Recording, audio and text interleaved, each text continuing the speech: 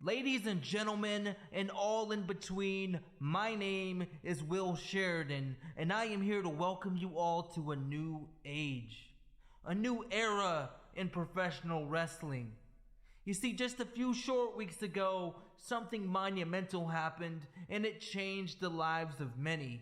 It was something so earth-shattering that it altered the fabric of our universe. And suddenly, albeit for very good reasons, we were left without something that we all held dear. And in the blink of an eye, doors were shuttered and possibilities that once seemed limitless became impossible. So I thought to myself, what do I do? What do I do? Do I lay down and accept this disappointing fate? Do I become overtaken by grief and loss? No, that isn't my style, because in that moment, I knew. Like the phoenix that rises from the ash, we too could rise again. I knew that under the banner of a new covenant, the fading embers that lay at my feet could rage again in glorious flame. And now, with blood, sweat, tears, and every dime I've earned in this business, the doors are open. And friend or foe, faces new or old, all are welcome. Because this is the age of Covenant Pro Wrestling, and this is where our legacy begins.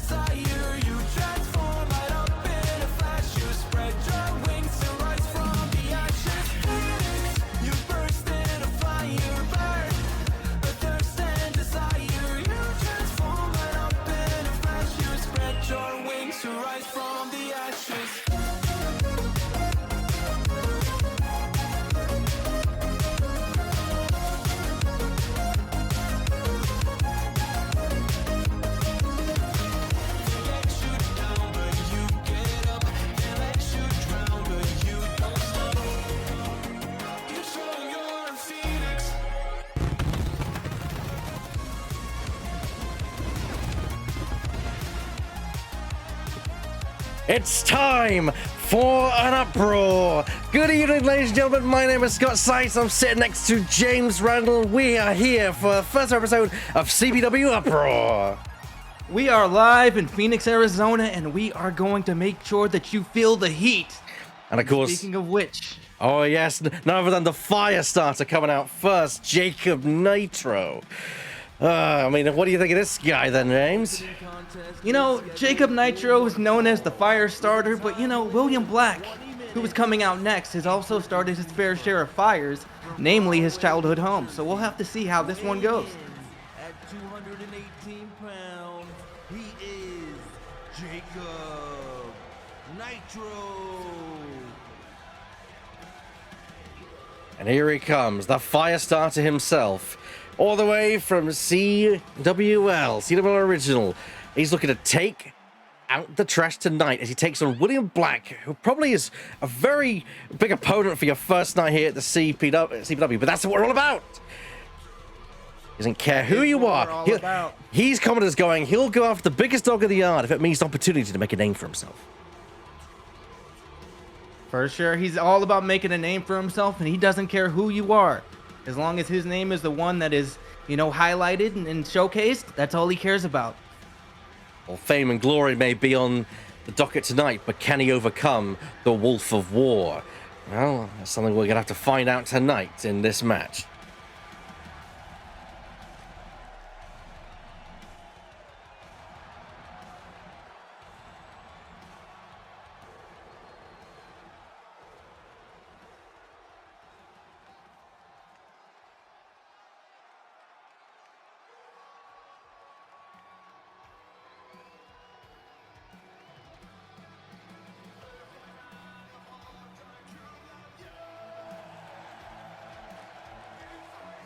And now for their opponent, making their way to the ring, accompanied by Maria Black. From Biloxi, Mississippi, weighing in at 269 pounds, he is the Wolf of War, William Black. Talking of people from CWL, William the Wolf Black. Coveted man, he is a multiple-time champion, established himself throughout the entirety of the wrestling world, a rough brawler. Oh, this is a man you don't want to be on the other end of the fist with. That's what I want to say right now. God, that man can swing a punch. He can absolutely swing a punch, and he does embody the Wolf of War. He's an aggressive Norse pagan that takes that spirit of the wolf, and he lives it. Well, the wolf is on the hunt tonight, and it looks like the fire starter might have to break out some old, man's first invention, fire, in hope of warding off the wolf. But I don't know. I think the fangs of the wolf might sink deep within Nitro tonight as we get ready to start this action. And here we go. Already. Jacob Nitro realizing he needs to get their hand with a series of blows and a nice hip toss there by Jacob Nitro. Ooh, impressive reverse moonsault. Right out of the gate, he's just going heavy. He knows what this is about. The first ever event here in Coveted Pro Wrestling and the first ever match. Indeed, he needs to keep the pressure on, and now William Black trying to find an opening, and springboard, whoa! Springboard forearm from William the Wolf Black, and now trying to keep the pressure on, but misses with a drop kick. Misses with a drop kick, but, you know, telegraphs that kick, and now what's going to happen here? Well, back and forth open exchange. The key thing is who will get the upper hand. And right now it seems like William the Wolf Black has got Jacob Nitro cornered quite literally, and now stomping a mud hole in him and walking it dry. And that's what we talk about with the aggression of William Black. Never lets up. You can never turn your back on Jacob Nitro. The man is a very skilled individual. As you can see, he's fast. He's going to have to leverage his speed with a... But there's that strength coming into play with that massive fall-away slam. They don't call him Nitro for nothing. He's explosive, but William Black, you can't keep him down. The Wolf will keep on the fight. The Wolf will fight until the very end, and this is exactly what we're learning tonight. And again, back to the corner and just stomping relentlessly, trying to quench the flames of Nitro. It certainly seems that way. It seems like he has a game plan going here. The momentum is in his favor, and we'll just have to see how this plays out. Going up to the top rope, you don't see this often. But it hit... Played and true, dead center with a stomp, and now, whoa, springboard leg drop. I've never seen William Black pull that before, but then new company, new William Black, it seems. It certainly does seem like it's a new William Black, new moves, new attitude. Uh-oh. Fisherman's driver now with a hit. 1, 2, ooh, a pinfall. Nitro trying to look like you're finishing it early, but no, Black able to get his shoulder up. It was close, but not close enough. Oh, the Black Fang! The Black Fang. This could be it. 1, 2, Oh, so close. Nitro is just not ready to give up yet. So close. But he might have wished he stayed down as Black calling for the yank kick to the middle. We'll see this many times before. The King Killer.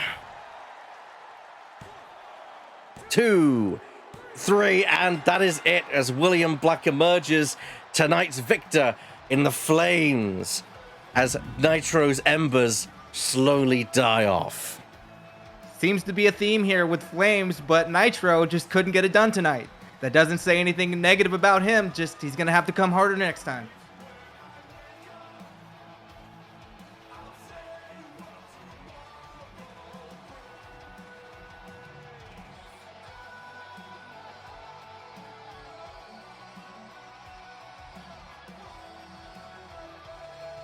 And your winner of this contest via pinfall, the Wolf of War, William Black.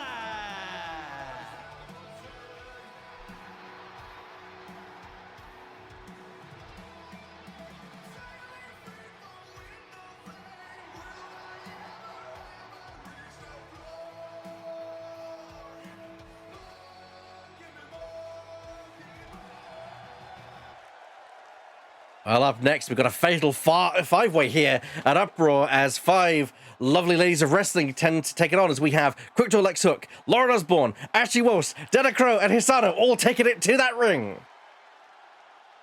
Lovely they all are, but we'll get there. That was terrible.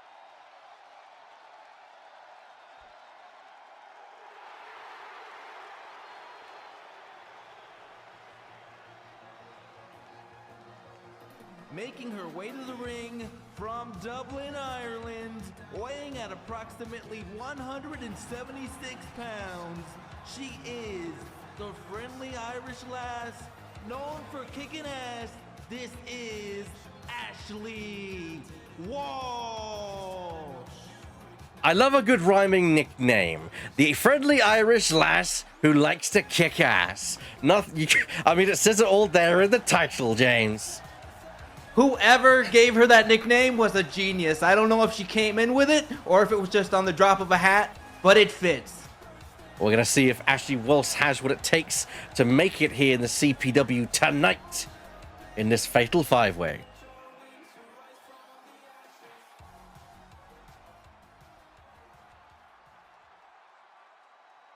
And making her way to the ring from the Welsh Valleys, weighing in at 141 pounds, she is the young blood, Lauren Osborne.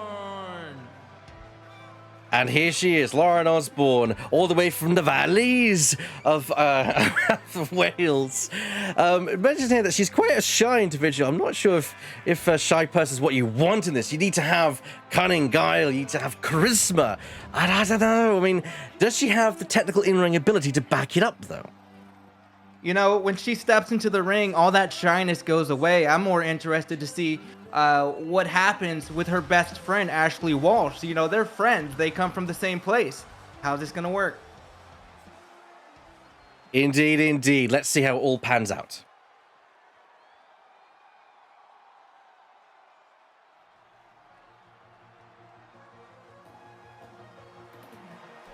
Making her way to the ring, weighing in at 110 pounds, at a height of 5 foot 2 inches tall, she is the unknown and unpredictable Deanna Crow. Unknown and unpredictable. Well, let's see if Dana Crow can pull a win out of that hat tonight. She may not be a magician. She is certainly a woman of class and elegance, but will that translate to in-ring ability? I don't know if she's a magician or if she just came to party. Either way, it's a good way to start off Covenant Pro Wrestling Uproar.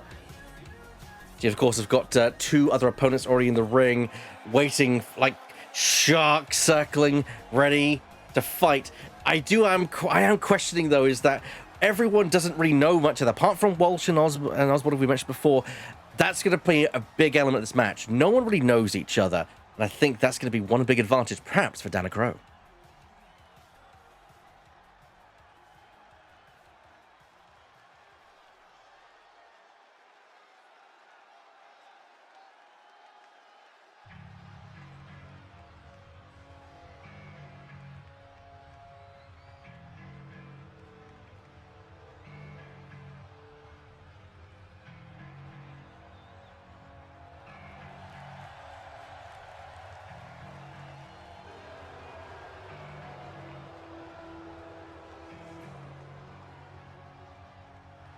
Making her way to the ring from Tokyo, Japan, she is the woman only known as Hisano!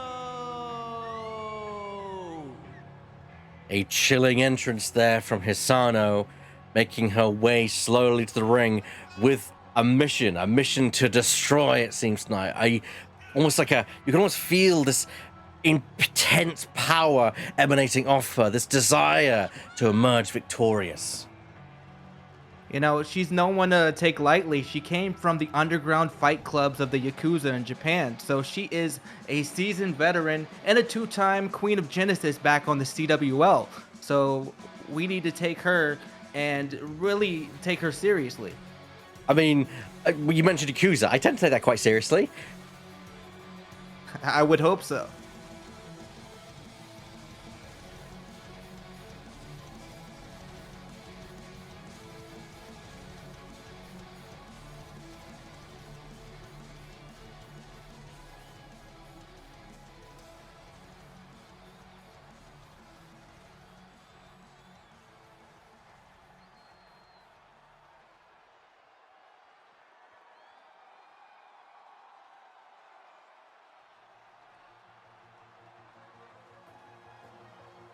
From Nashville, Tennessee, weighing in at 150 pounds, she is the quick draw, legs, hook. All the way from the home of country music in Nashville, Tennessee comes quick draw Lex Hook, looking like she's want to round up a victory here tonight, James. You know, she's a former power lifter turned wrestler, and this time it's less dumbbell and more cowbell, and I just can't wait to see what she brings to the table on Covenant Pro Wrestling.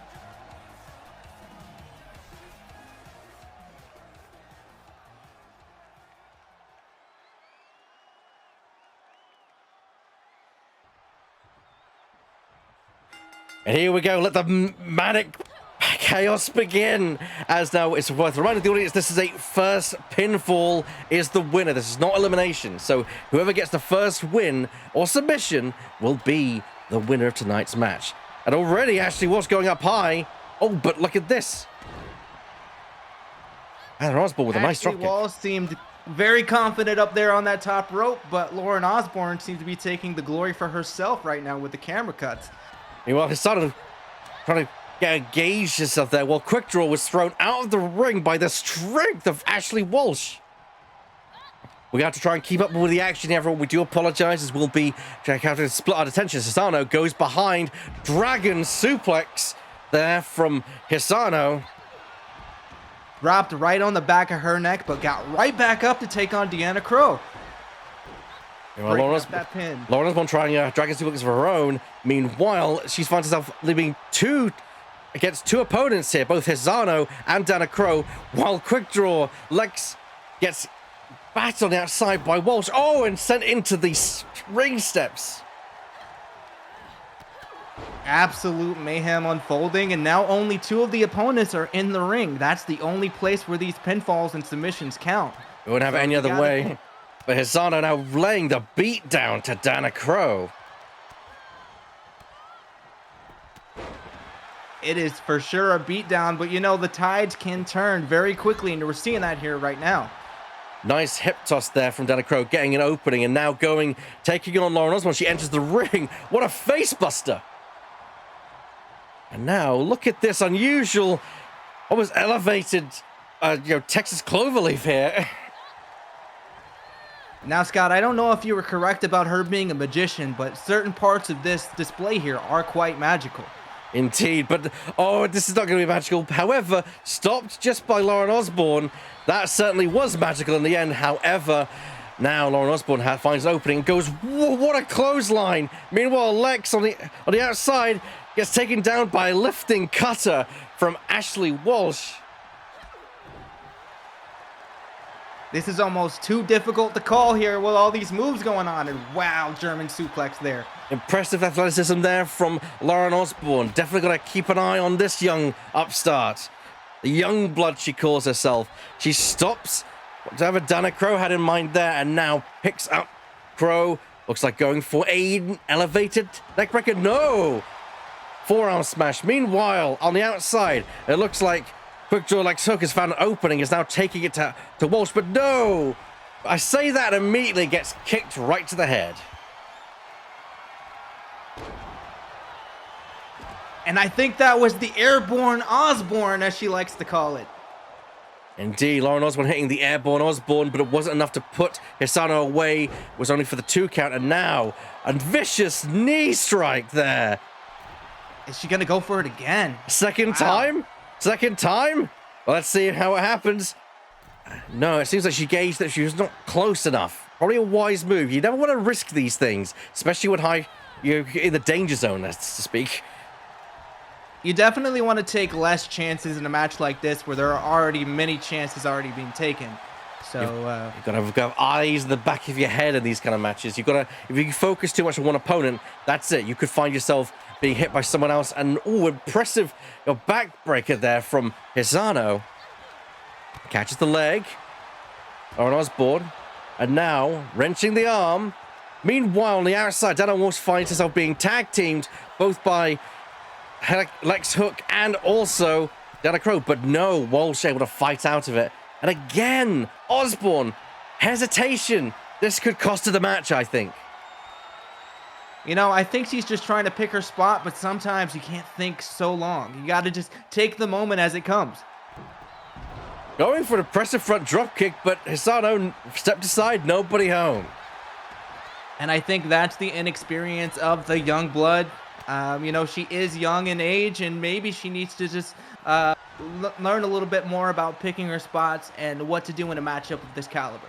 Experience definitely trumps age in these circumstances. And now, but there's the airborne once again, hooking the leg. 1, 2, and 3. It looks like Ashley Walsh gave her friend the win there. She had an opportunity to get in there and interrupt, but saw that it was Osborne and stopped. You know, as unorthodox as it is, you love to see it. you love it. Friendship. That's not gonna get you far in this business. Walsh should have interrupted the pin. She lost out on a potential win herself. But what do I know? And your winner, by way of pinfall, Lauren Osborne.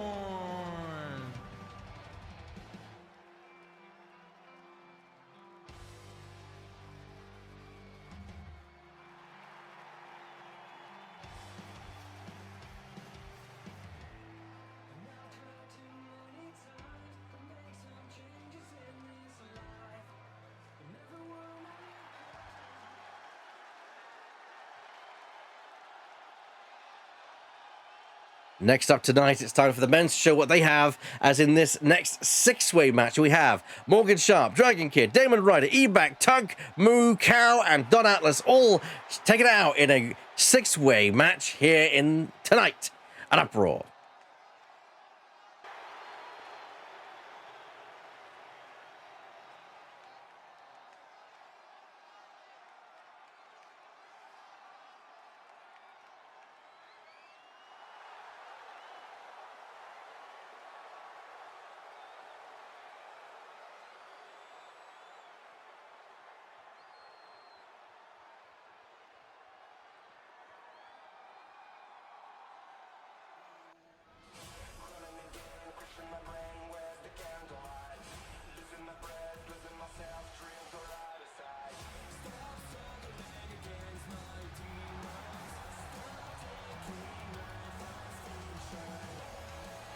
Making his way to the ring from Guadalajara, Jalisco, Mexico, weighing in at a disputed 160 pounds, he is the Dragon of the Fire Spirit, Dragon Kid!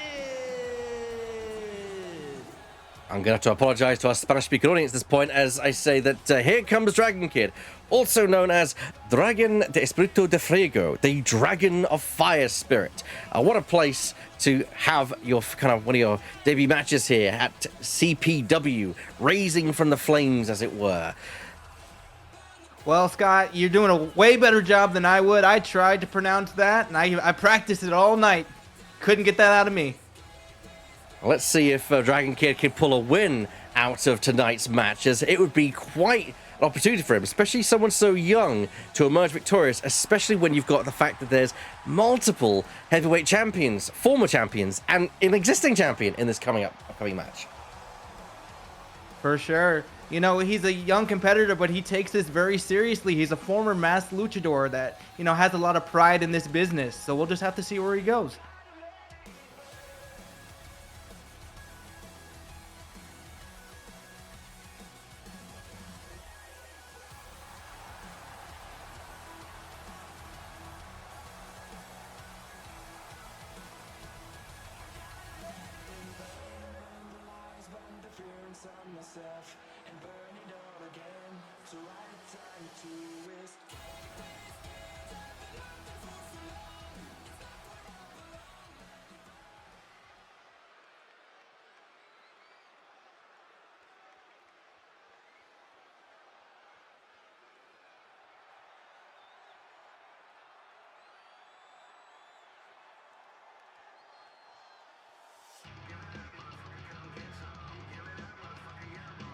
Making his way to the ring from Yo Mama's house, weighing in at 188 pounds, he is Damon Ryder. Well, first of all, what my mama gets up to is none of his business. The aggressive Damon Ryder coming down to the ring, very new, never wrestled really before in a previous promotion from what I understand, and making his debut to wrestling here at CPW. Now, he loves the adrenaline, loves the rush, and that's the thing, he looks like he's in this for that adrenaline rush, and I don't know, but is that enough to kind of drive someone in this business? It very well may be. You know, some people come into this sport because they are those adrenaline junkies and they want that feeling and that rush. Damon Ryder may have chosen the right profession for him based on those parameters. Yeah, but is it going to translate to victories? I mean, it's one thing having a rush, but it's very different when someone's smacking you in the face. Very, very different.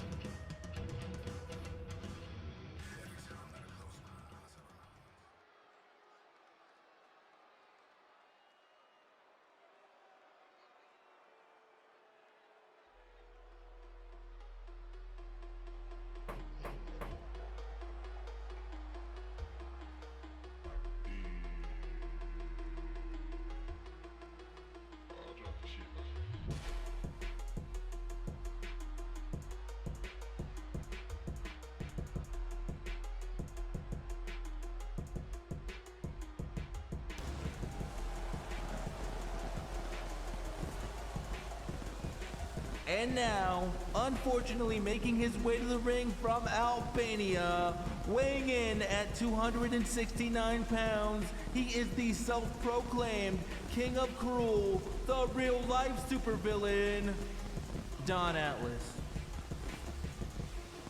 Well, the real-life supervillain, it definitely fits given the police escort he had down to the ring. Oh, I'm not sure what to make of Don Atlas, if I'm honest. Ooh. I know what to make of Don Atlas. Nobody likes this guy, okay? I've heard through the grapevine that he literally annoyed Will Sheridan into getting a contract. So, what are we going to talk about now? We're going to talk about how he just is totally unliked, totally, you know, not cared about by anyone? No. I thought the commentator should be impartial here, James. I personally think this is a stand-up guy just coming down to the ring. Maybe police escort, you know, maybe you just want to make sure he gets there safely, you know. I don't like him. We'll have to see. He'll have to earn his way with me.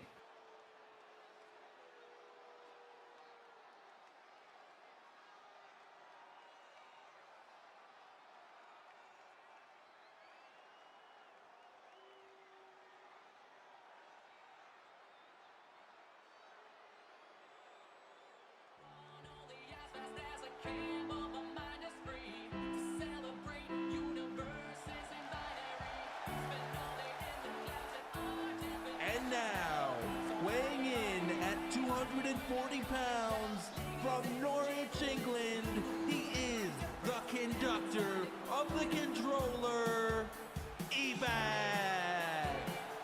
Why is it this guy always follows me around from one promotion to another? You know, I think he just might like you a little bit. Yeah, well, it's not mutual. He's a friendly guy. He's just a friendly gamer guy that plays his retro video games. What are we gonna do? All right, let's just run through it. eBay. This is my pick. This is my pick right here. Former Cedar World champion, yada yada yada, blah blah blah blah. A Ring Open Classic champion, blah blah blah blah blah. Champion, blah.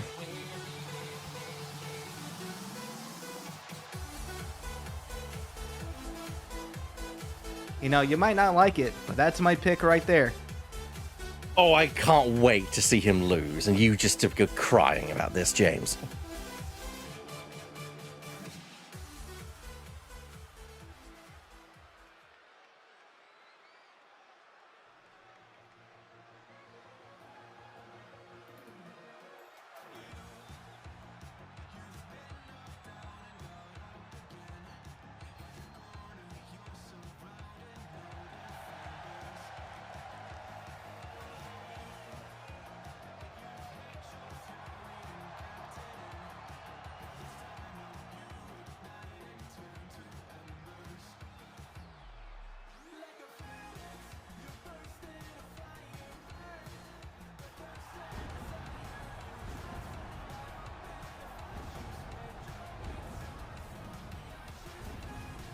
Making his way to the ring from the farm, weighing in, and as much as a moo cow, he is the moo, the cow, the legend, Tug Moo Cow. Okay, Randall, did you slip something in my drink?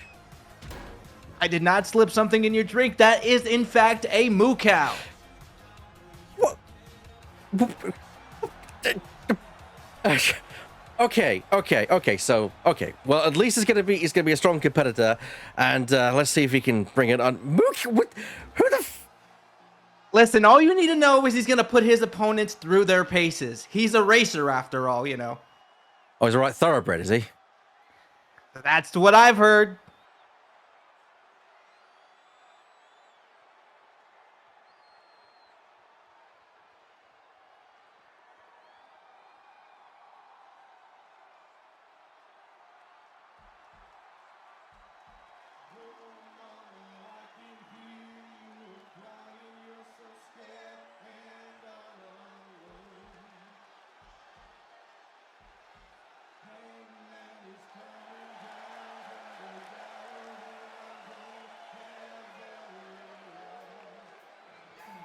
And weighing in at 215 pounds, standing at a height of 6 feet 2 inches tall, he is the Renegade, Morgan Sharp. The Renegade Morgan Sharp. Now, this is a man who can get the job done. He's been the Cedar World. He's beaten E-Back before, I know that much. And of course, that's why I'm interested in, because tonight, those two men who have been the Cedar World were in fact in a match against each other, not just a few months ago, are now going to get an opportunity to get some payback on each other. I wonder if that's going to be the story of this match. Ignore everyone else. Morgan Sharp and E-Back is going to ignore everyone else and go after each other. You know, he does have another chance to come out victorious, even though he lost that last match with E-Back. But this is no longer the Deputy Morgan Sharp. This is the Renegade. But I think it might cost him. He's going to focus too much on getting some payback, and I think it might be someone else in this match who picks up the way. I mean, Dragon Kid, perfect opportunity, or even Damon Ryder, or even Tug Moo Cow. Everyone has a perfect opportunity to showcase themselves right now, and here we go. Chaos begins as, look at that, Sharp going immediately after E-Back. Meanwhile, Dragon Kid tries his hand at taking on Don Atlas, the real supervillain. It's a superhero fight. Got Tug Moo Cow stomping away at Damon Ryder and those elbows. I have to admit, seeing Moo Cow just bring the pain to Damon Ryder's impressive, and a stomp down a bit south of the border there, but oh well. And as we see it, we have, Morgan Sharp going right head-to-head with E-Back. Now E-Back now with a knee to the arm, taking down Morgan Sharp. Meanwhile, around the world backbreaker from Don Atlas. I don't like the guy, but I like that. I mean, you don't like someone, you can at least appreciate the in-ring ability.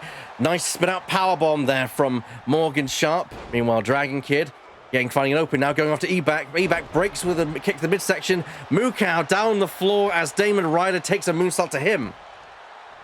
E-Back kicking away at the legs of Dragon Kid and whipping him into the corner. Just leaving him there. That's a mistake. DDT there from Mukau, sending Damon Ryder rolling out the ring in front of us.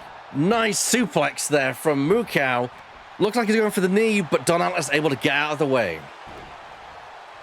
You know, is this animal cruelty with Tug in the match? I'm not sure. I'd say it's a gray area. It's a gray area. I mean, he's got a contract. He's got a contract. Signed it with his hoof. Now, I think it was a hoof. Big power slam there from Don Atlas as now Tugmuka comes in. Looks like he's... Wait, he's begging? Begging for the win. I don't think it'll work. Looks like it was all a ploy. Suckering in Damon Ryder, who takes a left hook. E-Back has just ejected himself from the matchup. Needs a breather out there. It's worth mentioning, people, that that's not an elimination. This is once again a first fall win match. So whoever gets the first submission, first pinfall, whatever, is indeed the winner of this match, which is very frustrating in these kind of matches. You could lose the match and not be involved in the decision.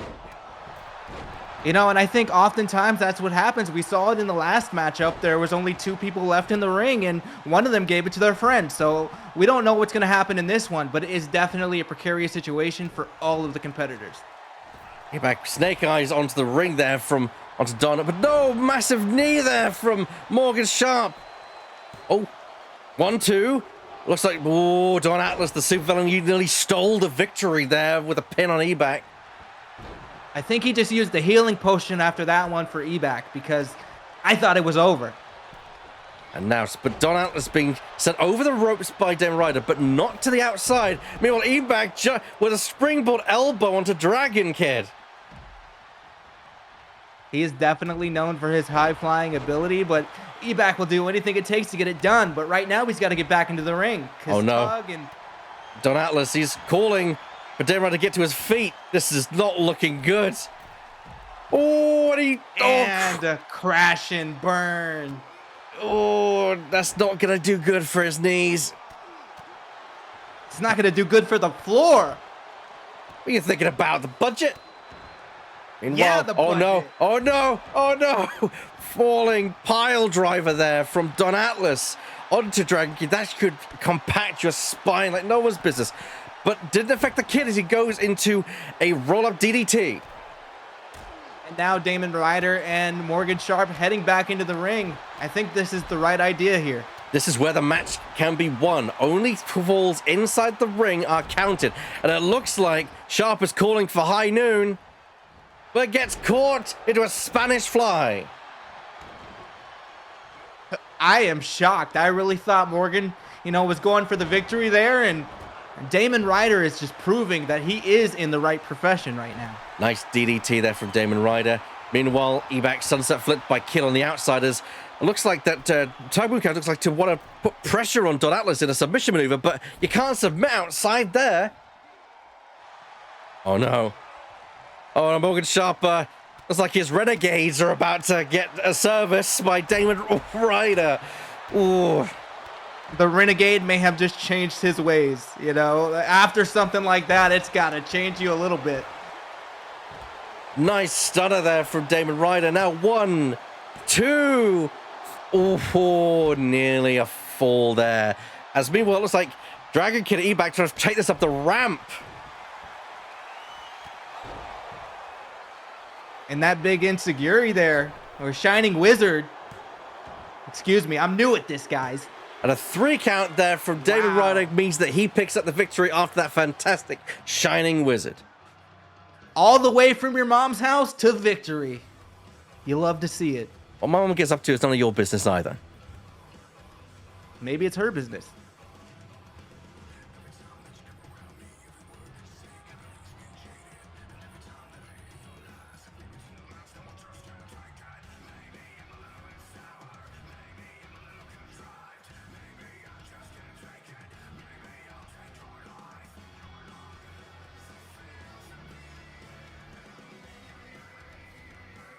And your winner, by way of pinfall, Damon Ryder.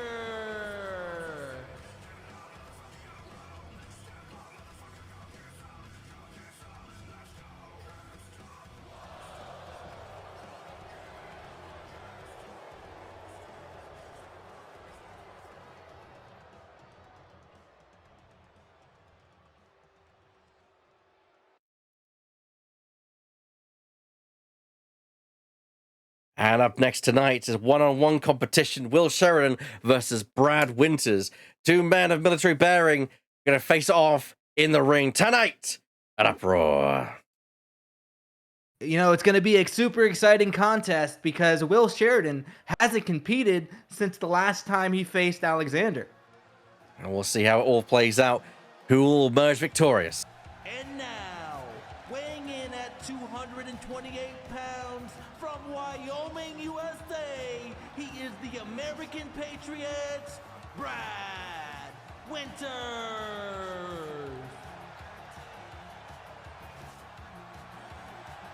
Brad Winters, a American patriot, if you couldn't tell, and well, from one patriot to another goes Will Sheridan, and I think that could be one advantage he has, but he also doesn't know how Brad Winters fights. Submission-based wrestler.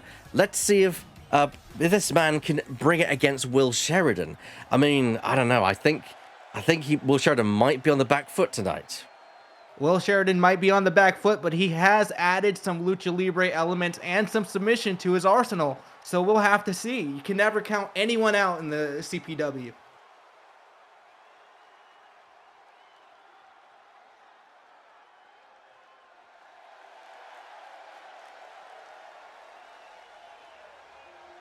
And now, making his way to the ring from Fort Lauderdale, Florida, weighing in at 239 pounds, he is the live wire, the vindicator of Covenant Pro Wrestling, Iron Will Sheridan.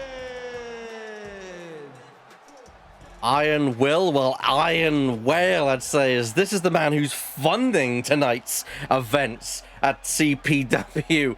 Will Sheridan, who cashed his check at the CWL to fund all of this. And you can tell by his attire, you know, he doesn't have much spare money to go around. And the commentary, don't even get me started. Right, Scott? What do you mean? He's paying me? Okay, Well, peanuts. he sure as hell ain't paying me. Okay, peanuts, but to be fair, at least I've got a job. At least you've got a job. And I think Brad Winters is pretty thankful for a job. So we'll have to see how that goes in this match. Is that going to translate?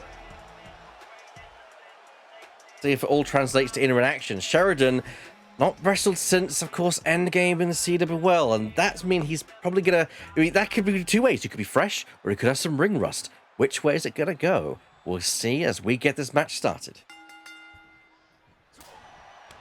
Well, it's looking like Rusty is the order of the day, as Brad Winters immediately to a series of strikes, sending Sheridan off the ropes, but I want to capitalize.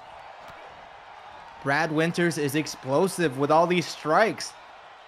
Well, when you're up against someone who effectively funded this entire ordeal, you've got to, I guess, make an impact, and he's making an impact, but Sheridan finding his opening. You know, where there's a will, there's a way. That's what they say, right? Oh, dear God. Oh, springboard forearm there from Brad Winters. Now hooking the leg. One. No, only a one count there. What a finishing it early. Wise tactic, hooking the leg. That's not a... That's a rookie mistake off people have to make. It's not hooking the leg, and Brad Winters was not found wanting there. And now another series of strikes. It's a good tactic, but you got to think it's too early for a pinfall in this one. Beautiful atomic drop there by Brad Winters. But Sheridan with a big neck breaker. Backbreaker to neck breaker combo.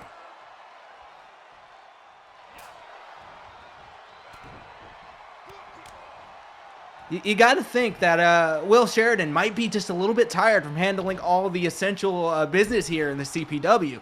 So is his mind on other things, or is his mind on this matchup? Right now, it seems like it might be on this matchup. His mind for the live wire protocol. But go behind. German suplex from Brad Winters. And now this is You don't see that countered often. Not often counted. But right now, Brad Winters finds himself in a submission. Although this is where Brad Winters has the advantage. He's a submission specialist, but Will Sheridan able to break the hold. And now working the leg of Brad Winters. Working the leg is a sound strategy if you're Will Sheridan. You know, he'll lock in that will breaker at any moment. He'll just snap that leg. It's what he's known for. Nice swinging neck breaker there. Now a springboard leg drop from Will Sheridan. I guess they said the other Will did it, so will I. And unfortunately, not winning out the victory, but nice standing. Oh, but nobody home. Oh, impressive kick. Busted open. 1, 2, and the financier nearly found himself being on the end of a loss tonight, but no, able to just get his shoulder up. That's as close as you can get it, but Will Sheridan seems to be battling back here. Even through the blood and the pain, because he hasn't even busted open up on the shoulders. Nice knee breaker there. And there we go again with him working the legs. I mean, if you're a submission specialist, you've got to kind of remain standing a lot of the time and keep the pressure on. It's going to be hard when the phrase. And look at this. Will Sheridan with a submission of his own, a half Boston Crab. That is the will breaker. And then will it break? Well, no. Brad Winters still fighting out of this one. Whoa, a stomp on the foot. I like this guy. He knows how to get victories. Hey, you know, it's those nuances, those little dirty, cheeky moves that'll definitely turn the tides in matches. And Brad Winters seems to know those things. Nice dragon screw by Will Sheridan to find an opening. And now kick the midsection. Oh, suplex headlock. Oh, no, but no. Brad Winters able to get his knee up to fight out of that suplex position. And now another submission move. You know, I think this might be a trademark of Brad Winters. We're not sure what he calls it, but it sure is effective. Trying to wear down Sheridan, but Sheridan with a punch to the gut makes an opening. Oh, snake eyes. And that's what you love to see. You want them seeing stars in the corner. We are in Phoenix, Arizona, after all. Ooh, headbutt from Winters. And, oh, what's he building up to here? He's calling for it, that running rocket kick. Hook in the leg. 1, 2, and another near fall from Sheridan. Almost like just willing his arm up off that ring mat. I think what it was is Sheridan said there's not enough room in this budget for a loss. And there we go with the dagger's end. He got that one from Gutierrez back in CWL. Nice. It's going to help him on his way to victory. Another swinging neck breaker there from Sheridan, and Sheridan going up top. But I don't know what he was aiming for there. Looks like double hacks. Oh, but gets kicked by the flying drop kick of Brad Winters. And now with a knee, Winters slowing the match down to his pace. I think both men here are really tired, but it seems like Brad Winters is handling that a little bit better. But just as I say that, Will Sheridan is back on the offensive. Oh, nice pop-up drop kick there from Will Sheridan. And now Sheridan looking to find an opening. Oh, but Winters with a series of strikes able to close that gap. And there we are with the will breaker yet again. Can he lock it in? Is he going to be able to wrench down that tension? Oh, he's got the tension fully in. A tap. Brad Winters made to tap. Oh, that's going to cut. Oh, that's going to hit that ego. I'm assuming the check will clear, so the ego can wait. Oh, look at this. I think Will Winters got some words for Sheridan.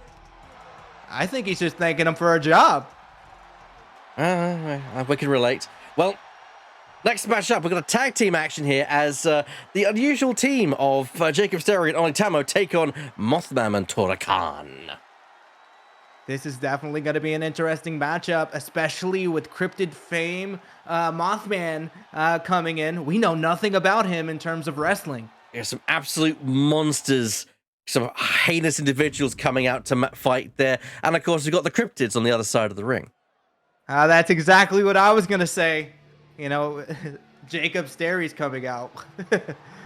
Can't get worse than that. Way to the ring from the southwest of England, weighing less than and all of you fat fucks in the crowd, they are the sex appeal of the Southwest, Jacob Sterry. Well, there's Phoenix, Arizona crowd telling Jacob Sterry what they think of that statement on his weight class. Coming down, the sex appeal of the Southwest. I've been to Southwest of England. I lived in England, you know, a long time. I was born there. Sex appeal is not what I would put with the Southwest of England, if due respect. Well, we never said that Jacob Sterry wasn't delusional. I mean, you got to be running around crazy with, you know, yourself on your attire like that. So there's something not right. I mean, don't get me wrong, he is a handsome individual, but yeah, that looks like it can only take you so far. And that's the problem is, I think he's more concerned with not messing up his face. What he wants his face to be is seen by everyone in this arena. You know, I think that comes with age too, because Jacob Sterry, I believe, is only 16 or 17 years old. There's something in the water in the Southwest.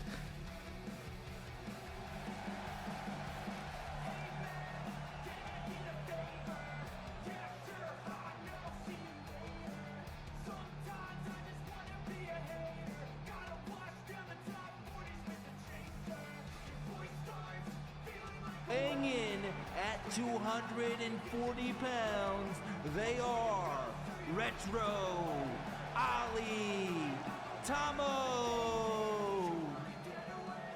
Retro Ollie Tamo coming down to the ring here. Kind of like a disciple of Jacob Sterry, as we're seeing, they both seem to have this sex appeal thing going down. He seems to be the smoothest. He says that he is the. He believes Ollie to be the smoothest, coolest man to live. Smoothest, coolest man to live. I'm not sure about that, but Ali Tamo, you gotta think he wants to go from the bedliner to the headliner here in Covenant Pro Wrestling, and you gotta think he's gonna do it. You know, what's funny about Ali is he's into retro gaming. His first console was a Nintendo GameCube. As we move on to the competition, the heroes of this taking on I think people would say the villains, the monsters. I don't know. Fan favorite. Making their way to the ring from parts unknown, they are the entity known as the Mothman.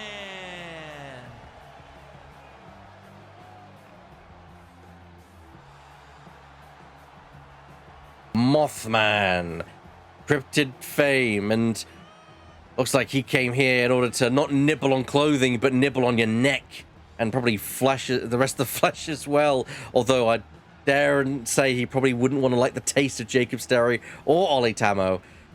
But no, the cryptid man of fame. You know, I'm not sure where you find these characters. You know, they just waltzed into Will Sheridan's office. But is there a bar they hang out in or something? I'm not sure.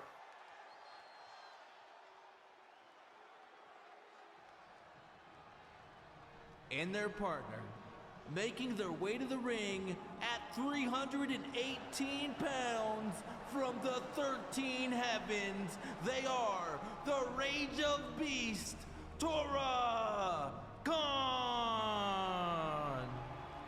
This is one kitty you are not gonna like roar at you as Tora Khan makes his way down to the ring. See people, you get people laughing. This is not a laughing matter. This man, this beast, is one to take seriously. He is a strong competitor. Won multiple times in the CWL. He is a absolute beast inside that ring. He does not mind hurting people if it means he picks up the win. I'd say he's actually here to hurt people. That is his goal here.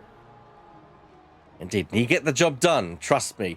And with teaming with Mothman, you know, I think we have a very unusual dichotomy here. Two very different teams. We have the sex appeal of the Southwest and his retro friend, along with what we call the cryptids almost. Very different tag teams. And there, Sterry gets his face messed up. The first thing he doesn't want to happen, and it happens. But Sterry fighting back. You know, he was once known as the foot of the bed, but Jacob Sterry normally has his foot in his mouth, and now his mouth hitting right there on the canvas. Wait, is Sterry busted open? Like Steri's Already. busted open. Oh, God, he's not going to like that.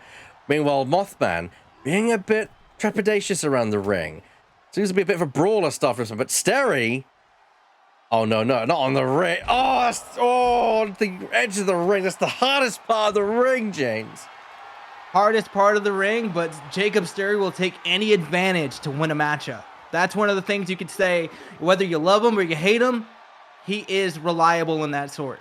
Well, the Mothman able to get out of that sharpshooter, and now taking the fight to Steri. Oh, but Steri able to capitalize, setting it right into the ring post. And Steri looks like he's working the leg. Maybe he's aiming for a count-out victory here.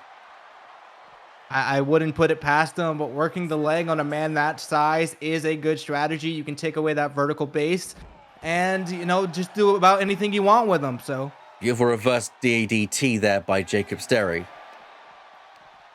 Oh, Mothman with a headbutt finds an opening in this match, and Steri, realizing the count, runs back into the ring, but so does Mothman. you've got to wonder if those ram horns are legal in this matchup. They're questionable. That's what I will say to that. Beautiful backbreaker there. Oh, we're just tossing Steri away like he was nothing.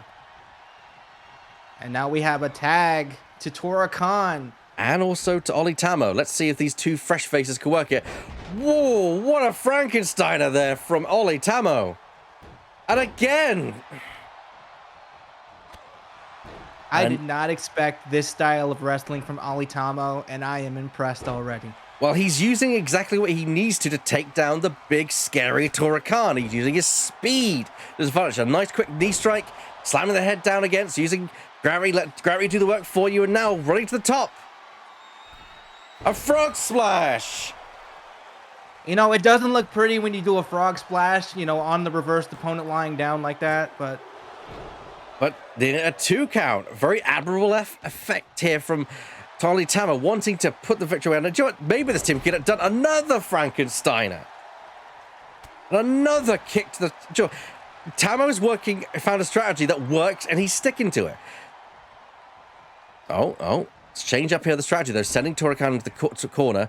Oh, he gets blocked. Oh, no.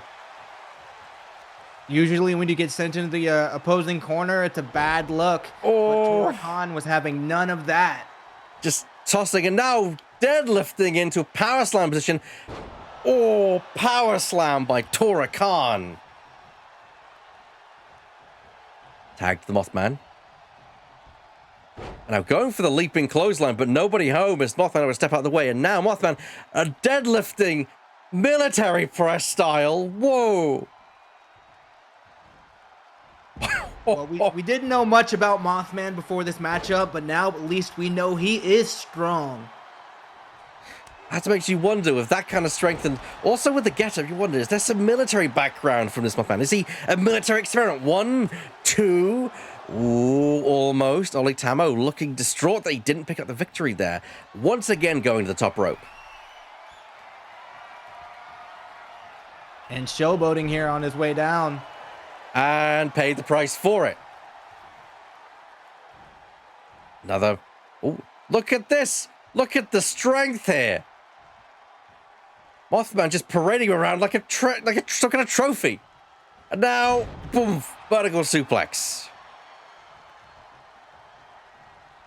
Now, Ollie Tamo needs to get a tag. He needs to get to Jacob Steri, who's had a bit of a break. But Tora Khan up on the shoulders. Snake eyes.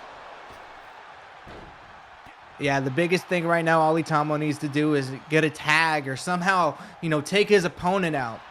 But I think the tag's the easier one right now. The tag is definitely the easier one. He has control. This is his moment. Make a tag to Steri. But again, Tora Khan shuts it down with an elbow. Great ring presence. No one puts Tora in a corner. No one puts Tora in a corner.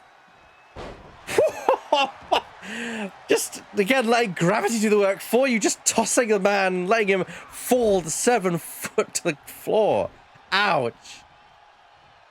Uh-oh. Oh, no. I've seen this before. The pounce. The pounce. Completely obliterating Ollie Tamo, it seems like. I could have steamrolled right through Ollie Tamo, and now with the pin. 1, 2, but Steri able to stop the count, but now suffers from an attack by Mothman. And could Tora be getting a bit frustrated here? I was going to ask, you think Ollie has a headache after those, big slams on the mat there, but... Again, just a pounding hip toss there from Tora Khan, and a stomp right to the face of Ollie Tamo. Oh, no. Oh! Ollie's found an opening. Oh, what an impressive... I think this looks like a follow-away slam there. Oh, Oklahoma slam by Mothman. Elbow. The Ollie elbow. 1, 2. Oh, ho, ho, ho, ho. Ollie oop indeed, but nobody home for the 3 count. And now pounding Tora's face on the ground. Wait, is he bleeding? Someone get some DNA. Get a DNA test. What is that, man? What is that man indeed? Is he man or is he creature? The bow and arrow stretch here. I don't think Tora Khan will tap out. Unorthodox move, the bow and arrow stretch, but at least it's putting pressure on the back of Tora Khan. But Mothman in for the save with an impressive counter into a DDT. It's like referee ordering Mothman out of the ring, and Sterry is back in. And I think it's that inexperience there of Mothman, his first foray in wrestling, let his opponent get the tag. And the sex appeal from the South, Jacob Sterry, taking it to Tora Khan right now. A series of strikes. Not afraid at all of this big monstrosity before him. Got to give credit to Jacob Sterry for not showing fear. Jacob Sterry will strike opposed and strike his opponents. Impressive strength there by Sterry. And now stomping on the paws of Tora Khan. Say what you want about Jacob Sterry. He's a man who knows how to get a victory, even if it means playing a little dirty. Playing dirty, just knowing your partner. I think Jacob Sterry has somewhat of an advantage here. And now, but Tora Khan in control, sending him into the corner with Mothman. Exactly where Sterry doesn't want to find himself. And, oh no, he's going for it for a second time. The pounce! This time on Jacob Sterry. Just like last time, looks like to be obliterated here, But no, Ollie Tamo with his ring presence able to stop the pinfall. That was like an alternate universe to the last time that happened. And now wisely Tora Khan tagging out to Mothman. These two working very good as a tag team for their first outing together. Like I said, I think there might be some bar or some venue that they hang out in. This might not be the first time they've associated with each other. Nice military press slam there from Mothman, working on the arm of Sterry. And now just tossing Sterry into the corner. Oh, Jacob Sterry saw a move coming, but wasn't able to get too far away as we once again back to that vertical suplex. All the blood rushing to Sterry's head. I think all the blood was already there, but I get your point. And now, again, great tag team motions here between these two, between Tora and Mothman. Keeping each other fresh. This is what you need to do. And, oh, going for the spike, but Sterry seeing it coming, able to put the blocks on there. A nice clothesline by Jacob Sterry. It seems that... I was going to say, it seems that Sterry and Tomo both know the danger they're in when those claws come out. So they are definitely going to do everything they can to block that spike. And Jacob Sterry sending Mothman packing. And now stomping once again on the paws of Tora Khan. And now it's Jacob Sterry's turn to bring it out Ollie Tamo, the fresher man in this match. This is good tag team wrestling here. Beautiful forearm smash there, hook in the leg. 1, 2, but Mothman out of nowhere, able to save the day for his team. Now stretching the arm, trying to take away the strength of Tora Khan by taking away that arm strength. Well, that didn't really work out well for Ollie Tamo as Tora Khan able to convert that into a deadlift sit-out power bomb there by Tora Khan. You got to give him credit for trying, but that's just the way it goes with Khan. Someone that big, you can't expect when you're that size of Alitamo to be able to lift him perfectly. Going for a pin here, but only a 1 count onto... there was a big break between the move hitting and when Mothman went for the cover, but as it works, and another deadlift sit-out powerbomb. Picking up Tamo to his feet. Discus punch right there. Ouch. Put a little pizzazz on that one. It's also putting some force behind that punch as well. And again, another kind of suplex into a toss there from Khan. And now grabbing. Oh, it's like he was going to go for the spike again, but again, Tamo able to suss the spike and get out of it. Sometimes the third time is not the charm. Now Jacob Sterry coming in for his partner. Oh, working the arm. They have been working down the arm of Khan all this match, and they're hoping to get a submission victory here, perhaps. But no, Khan's still able to keep it together. But now again, Sterry right back to working that arm.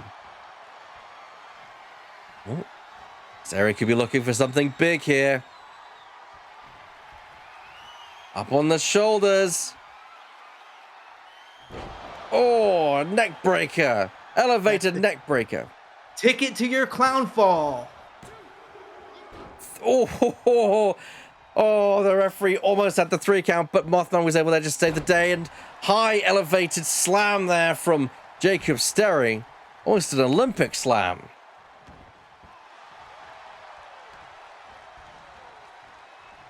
So working on fashion, I'm not sure the fishnets are working for him, personally, but that's just me. You just got to wonder what they're holding in. You know, he wants to be the sex appeal of the Southwest. No, I don't want to think about that. You can't be the sex appeal of the Southwest with cellulite of the Southwest. And now Sterry with a kick, finding an opening against Khan, but Khan with a big back body drop. Reeling Jacob Sterry, but Sterry again kicked the midsection. This is back and forth between these two. And again, is he going for it again? Go for it again. He is. Once again. 1, 2, and again, Mothman just there to break up the count. But sent packing this time by Sterry. I think he's had enough. He's tagging in Tamo to probably finish the job. I would hope he's had enough after 2 big slams like that. And now, once again, up and over. Impressive strength there by Tamo.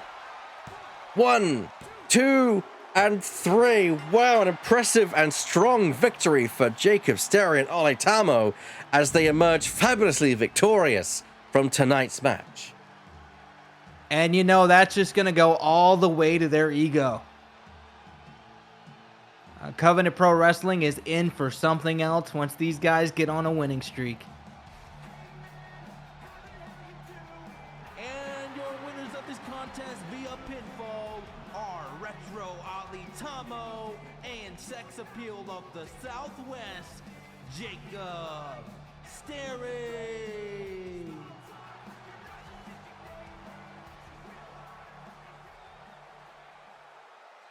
Well, the penultimate match of the night has CW original Connor Gates taking on a newcomer, Kieran Malachi, in one-on-one action here tonight. Let's see what this match is going to bring to the table. Kieran Malachi actually was in CWL previously under the name of Snipers. We're going to see if this name change and attitude change pans out for him.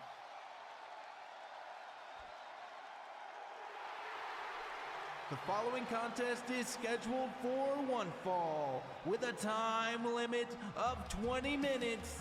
Introducing first, from the West Midlands of England, weighing in at 210 pounds, they are the Truthless Hero, Connor Gates.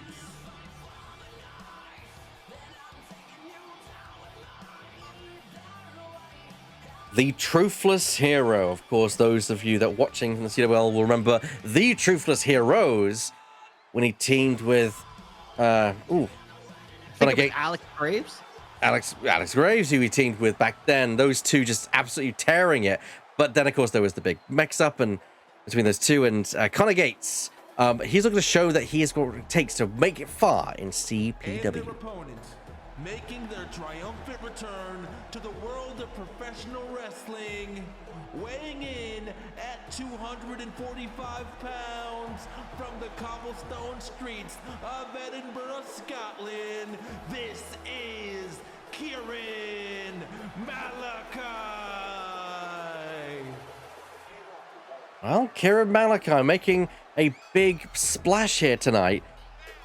You have to wonder, why the Egyptian, iconography. I do have to wonder about that with Kieran Malachi, but let's see if he can pull some amazing high-fly moves out of his arsenal tonight to take on Connor Gates, the brawler. I absolutely am looking forward to seeing it. As far as I know, Scott, he went on vacation in Egypt and something came back with him. What that is, we're not sure, but we sure will find out shortly. Time traveling gorillas, and I've seen it all. Yeah, I can believe that. Connor Gates immediately dodging the blow. This is what you're going to worry about. Connor Gates is the reversal master. Not just that, but he's the brawler. He can deliver strikes, but also counter and see them coming a mile away. Right now, though, he finds himself on the back foot of Kieran Malachi. Not surprising, given the fact that he's not had any kind of matches against Malachi previously. Connor's got to basically use whatever he can to take it out. And Malachi right at the top, telling Connor Gates to get to his feet. And succeeding where Will Sheridan did not earlier. That double axe handle coming down with pressure. Big splash there from Kieran Malachi, excuse me. And now deadlift into a pump out of position into a follow-away slam, and now another splash. It was mentioning that Kieran Malachi did go for a pin, but he didn't hook the leg. Rookie mistake there. And now Connor Gates tries to get a strike in, but Malachi sees it coming. Malachi is making his return to professional wrestling, so there is bound to be some ring rust there, but draping that neck over the top rope and a splash. I don't think it's real. I think that, Connor Gates has had been, oh, look at this, Kieran Malachi. A deadlift into the military press. Just letting gravity do the work for you. Impressive. Now, I think Malachi's done his homework on Connor Gates. Connor Gates, prolific person within CWL, multiple-time champion. You can't take that away from Connor Gates. He even has his own wrestling school. I posit that Malachi's been doing his research on Connor Gates to get the upper hand. And only now, Connor Gates is getting the opening, but is it too little too late? It may be, but you know what? You don't get three nicknames not being known. He's the Skyburner, the Anarchist, and the Truthless Hero, so Connor Gates is on everyone's radar. And Gates now putting the pressure on, now stomping on the fingers of Kieran Malachi, also working the leg, and I did notice that earlier. And now, whoa, what a knee right there. I'm surprised Malachi's not knocked clean out. 1, 2. I thought he was knocked out for a second there. That was close, but Kieran Malachi has so much more to prove. He's not counted out of this one yet.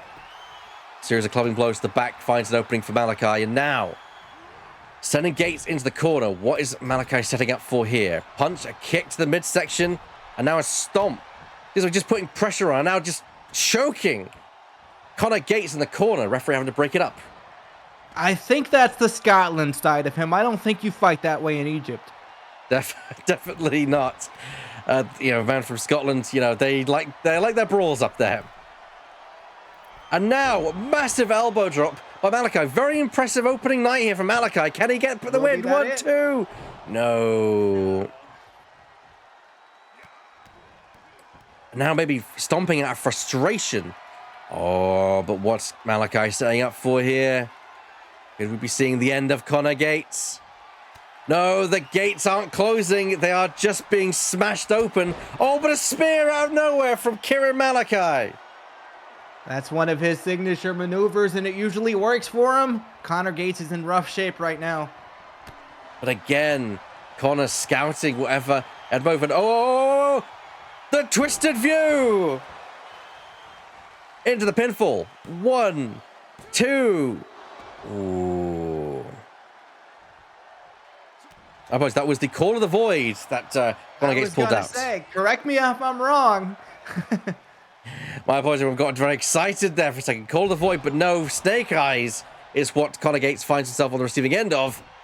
As right now, Malachi is once again back in control, and again, deadlift. That's going to take an awful lot of strength. And also a lot of stamina. This is impressive. This is a 2-time Nemesis champion that he's just throwing around like a toddler. Going for the smash again, went to the well too many times as Conor Gates able to get out of the way this time. And now Conor Gates, with a series of strikes, gets into his wheelhouse. Against the ropes. Off the ropes into a kick to the midsection. The twisted view this time for real. Hooking the leg. 1, 2. Oh. That corkscrew forearm, the twisted view, not able to put Malachi down. But when that happens, it's normally followed up by one of two moves. I think the void is calling. And indeed, the call of the void. Hook in the leg. 1, 2, 3. And that is it. Blame the monkeys in the production truck, but here we go. Kieran Malachi put up a valiant effort, but it was the experienced Conor Gates who emerged victorious. What do we got here? This has been a pretty good show. And now we have another one here. A show of respect. Show of respect between these two individuals. Well, Conor Gates emerged victorious, but let's keep an eye on Kieran Malachi as he continues his career. I'm sure there's more surprises in store, but here we shift away to Belle, Florent, and Cami B. Indeed, Belle Florent versus Cami B. This is going to be one hell of a match. Belle Florent mixed martial artists versus Cami B. Let's see how it all pans out tonight at Uproar.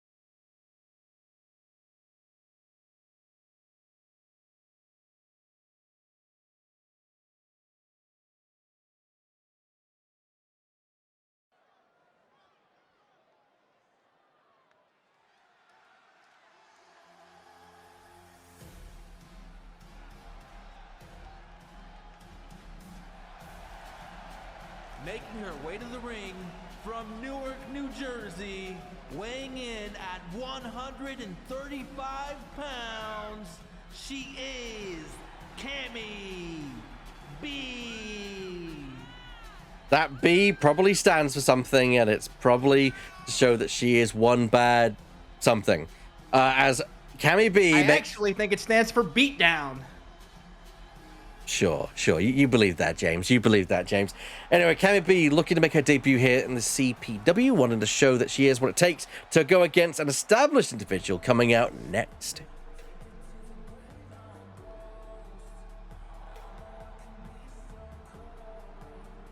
Making their way to the ring from Bordeaux, France, weighing in at 186 pounds, they are the Beast of Bordeaux, Belle Florent.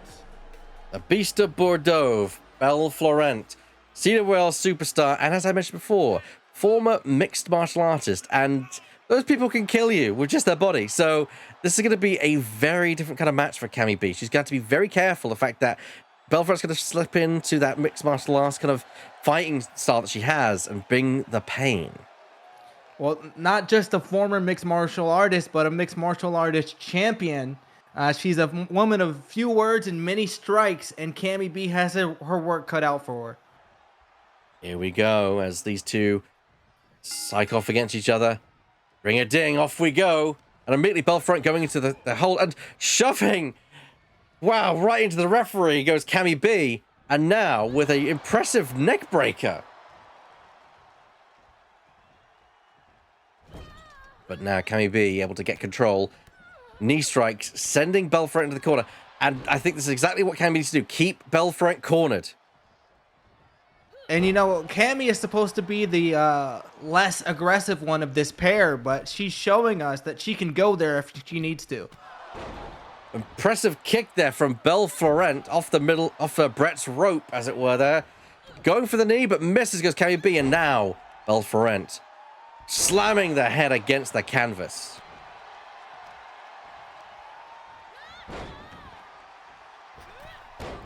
Oh, impressive springboard moonsault by Cami B. Look at the leg. 1, 2. Nearly called this one early. She is trying her best to get this one out early. She's against Belle Florent right now, who has a reputation in her own right.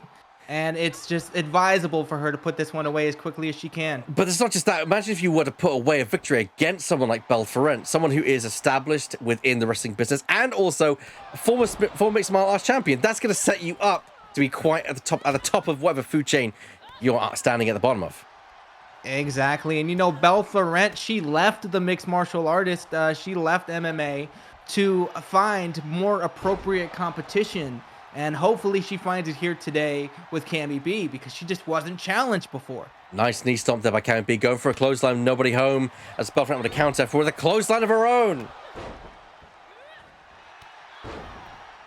Beautiful calf kick by Belle Florent. Hook in the leg. 1, 2.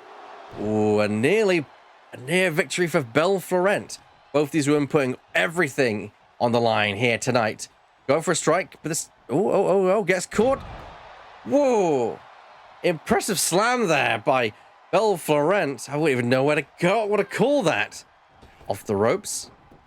I don't even think she has a name for it. As long as it works, she's using it. Swift roundhouse right to the face of Cami B. And now we're just laying the beat down upon Cami B. Well, I thought, Cami B stand for Cami Beatdown, but Belle Florent, that B might stand for Beatdown as well. But then that kick to the midsection, and now series of words exchanged off the ropes. Cami B and washing the face of Belle Florent with that knee strike. And you have to notice that Belle Florent also utilizes that knee strike. Whoa, kind of a cobra crash into a crossface here. Right in the middle of the ring. Belle Florent's got nowhere to go. Will she tap? No, Belle. Oh. Able to power out. And there is that experience there. Belle has been in submission positions before with her background in MMA. It's going to take way more than that. Sent flying over the top rope there. And now this fight escalates onto the padded concrete. Vicious knee strike. Cami, and now Cami be giving a bit of her own, what she's taking back to Belle Florent, or some receipts, as it were. Working on that back. That lower back is pivotal with any wrestler in any wrestling match. You take that away, it's not looking good. Now stretching the arm of Belle Florent, perhaps trying to work, kind of soften those punches that Belle will be throwing out. Now we're right back at it, and then these two have got to be worried because there is that count for the referee, and there is a 10-count operation here up at CPW. Back in the ring. But nobody... I think she mistimed that going for the crossbody, but Belle Florent able to get out of the way. In the heat of the moment, in the heat of Phoenix, Arizona, those things can happen, miscalculations, but Belle Florent is just wailing away on Cami B with big slams and striking combinations. Nice takedown there from Belle Florent, and now a knee strike of her. Oh, God, you could hear the clap all the way from over here. And wisely retreating to the ring just to break up the pin. I'm sorry, break out the counter, I should say. Gets caught with a strike into a hip toss. And now Cami B with another knee strike. These two just exchanging blows here on the outside. This is turning into a fight. It turned into an all-out brawl here in Phoenix, Arizona. But that's what Uproar is about. Impressive leaping senton to the outside. Didn't quite catch all of it, but just able to catch Belle Florent with her legs. Yeah, Scott, that one was more like a drop kick, but now it put her in a position where she can have the advantage here. Oh, Inaugural, though, may have shut down that offensive from Cami B. Belle Florent again, stepping into the ring just to kind of break up the count. Oh, but actually taunting Cami B to get back in the ring with her. Of course, it can only be settled in that ring. I wonder what was said by Belle Florent right there. It was enough to get her back in. Now a vicious strike there from Belle Florent. Again, this time sending Cami over the ropes onto the apron. Strike. Another strike sends Cami B to the floor. What's Belfront got in mind here? Why is she coming out here? I don't like it when they come over here. And slamming. Like a shark with blood in the water, Belle Florent knows exactly what she needs to do. Just keep that pressure on. Both these women just keeping the pressure on each other, it seems. Whenever one finds an opening, the other just keeps the pressure on until they get countered, and then, yeah, there he goes. Cami B now in control. Oh, kid to the midsection. Counter, another counter. Strike, kick, but then countered into a strike of her own. Back and forth here at Uproar. Why? We don't say it enough here. Belle Florent is known as a striker, but Cami B is proving that she is a striker in her own right. And now clubbing blows to the back. Goes Belle Florent and up into a pile driver position here. I think that's the Butcher's snare. Yes, indeed it is. But will Cami B tap? Very unorthodox move as she's struggling. She's struggling here. That blood rushing to her face, and she's just able to keep going. But now a pin here from Belle Florent. 1, 2. Oh. That is a very smart move to go for the pin after the submission. Sometimes just, wearing down the opponent and making sure they're tired enough. And Belle Florent accusing referee Adrian Hernandez of a slow count there. Going for it again. Trying to wear down Cami B. It might work this time. As Cami B just taps, she taps. It's over. And dropping her on her head for good measure. Well, victory by submission. Belle Florent. That mixed martial art coming into play here at Uproar. What an event. With all the big headshots tonight, I swear this broadcast should be sponsored by some Advil.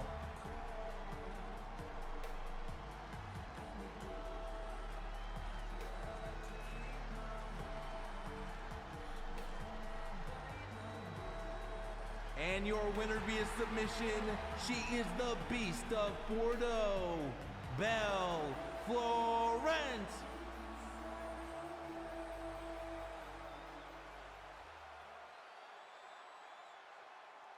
Up next, our main event of the evening, a no-holds-barred match as the deranged Butch takes on the perhaps even more deranged Entertainer.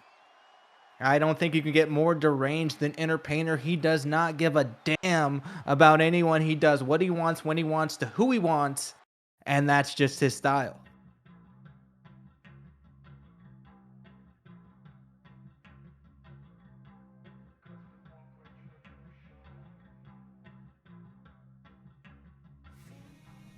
The following contest is a no time limit, no disqualification, no holds barred match. Introducing first, from Manchester, England, weighing in at 214 pounds, he is the lunatic known only as Butch. The lunatic known only as Butch. Well, let's see if he can butcher the Entertainer tonight. Tricks of a striker and a bruiser, very common here in the CPW. He was just getting started in the CWL when he unfortunately the company closed down. But he's here to make a statement at CPW, and he's doing it by taking on one of the most deranged individuals we have. And that is right. I think the people here just didn't want to quit fighting, so now we have all the brawlers. And now, his opponent, making his way to the ring from the carnival, with his current form weighing 156 pounds. He is the demonic jester, the crown prince of pain, the sleep paralysis demon, known as the Entertainer.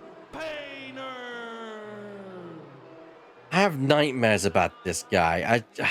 Ever since seeing him fight at Endgame, it's deranged doesn't even cover this sick individual. He likes pain. He likes getting beat up. He really does like pain. He's a sadist, a masochist, all the kissed. Anything you could think of, he is into it, and all he wants to do is inflict torture. That is the key thing, is he's here to cause pain. And that is why we've got this no-hold-barred stipulation, because between Butch and Entertainer, it's probably going to be quite a messy affair. Although if I were them, I'd want to get it over as soon as possible. And I hear they asked for this. They didn't want it any other way. With kick, and already Entertainer with those vicious closed fist punches right out of the gate.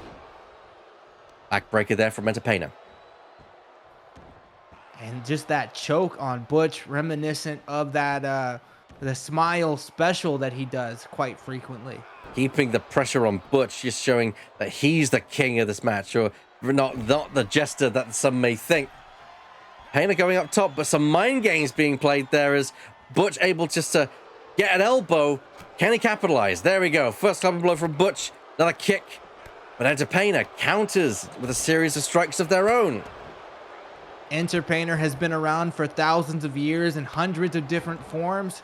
That's the kind of offense and defense you expect from a being that old. But Butch is not to be underestimated. Fisherman's position. Fisherman's driver.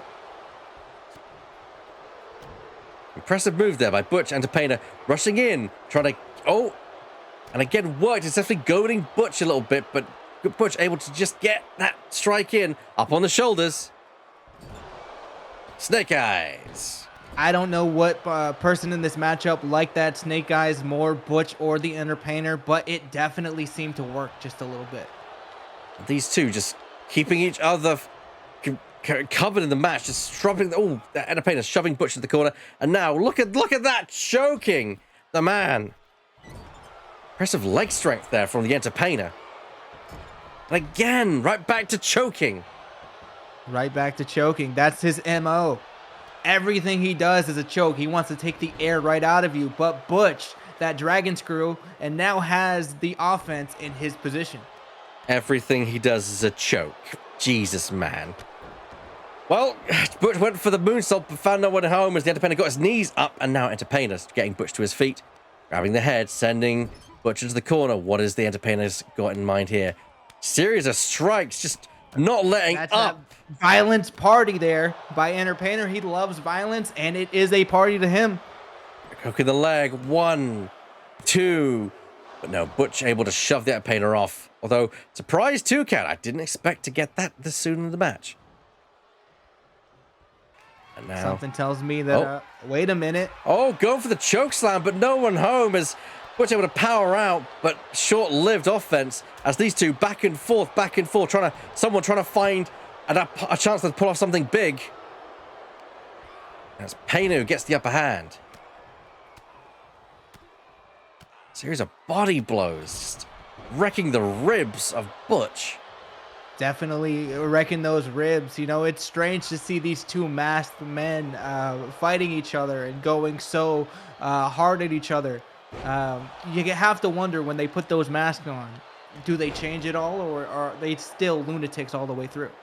I think the mind is deranged no matter what you're wearing. Oh, and Entertainer again finding an opening, going for a run, but collision, and now Butch, DDT. Wrapping those arms up before that DDT, and Entertainer has been busted open. But he's laughing. He's laughing. That will never not be creepy. Roundhouse kick. 1, 2, 3, and Butch. That is it. Butch able to put away the Entertainer in a very brutal match here tonight. Very strike-heavy match here in the main event of Uproar. That is one way to close out the show, to close out Entertainer's lights, so to speak. Indeed, everyone. Well, that's been it from us here at CPW Uproar, here at Phoenix, Arizona. My name's been Scott Sykes, joined here by James Randall. We'll see you all next time.